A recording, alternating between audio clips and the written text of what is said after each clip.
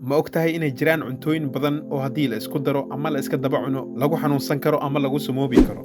Haa, waa cuntooyin badan oo laga heli karo gurigaaga iyo gurigaygaba. Laga yaabo in cuntooyinkan ama cabitaanadan aad maalin isku cuntay, laakiin muuqaalkan kadib waxaan rajaynayaa inaysan taasi dhici doonin mar kale.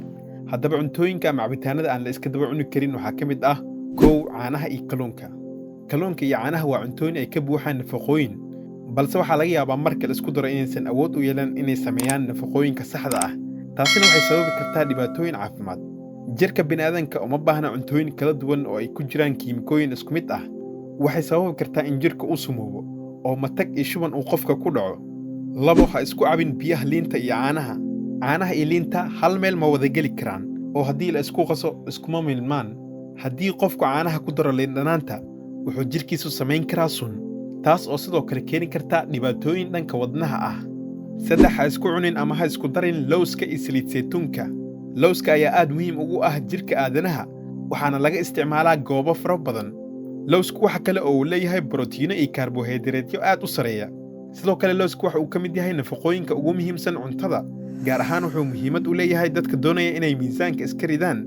Saliidda saytuunka ayaa iyaduna aad waxtar u leh gaar ahaan arrimaha daweynta cudurrada qaarkood, laakiin isku darka saliiddan iyo lowska waxay keeni karaan dhibaatooyin caafimaad, waxaana lagu talinayaa in marba mid la isticmaalo oo aan la isku darin. Afar, daawooyinka iyo liinta.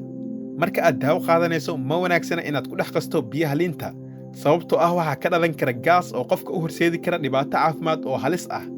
Khubaradu waxay sheegeen in haddii aad daawada ku liqdo cabitaanada aalkolada ku jiraan sida Fanta ama Coca-Cola ay sababi karto dhimasho.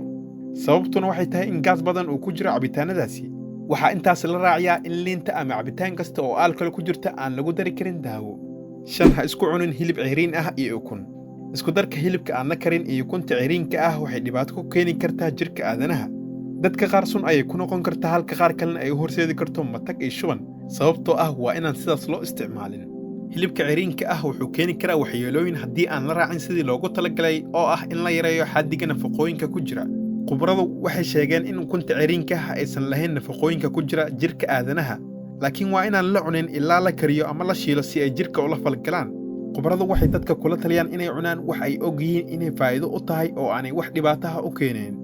Tijaabinta cunnooyinka cusub ayaa laga yaabaa inay faa'iido u tahay dadka, balse qaar kale ayaa laga yaabaa inay waxyeelo u geysato. Si kastaba ahaataba, waxaa jira cuntooyin badan oo haddii la isku daro lagu sumoobi karo, balse intaan ayaa jeclaystay inaan barnaamijkeena ku soo gabagabayno. Intaan muuqaalkan mid la mid ah ku kulmi doonno, sidaas nabadgelyo.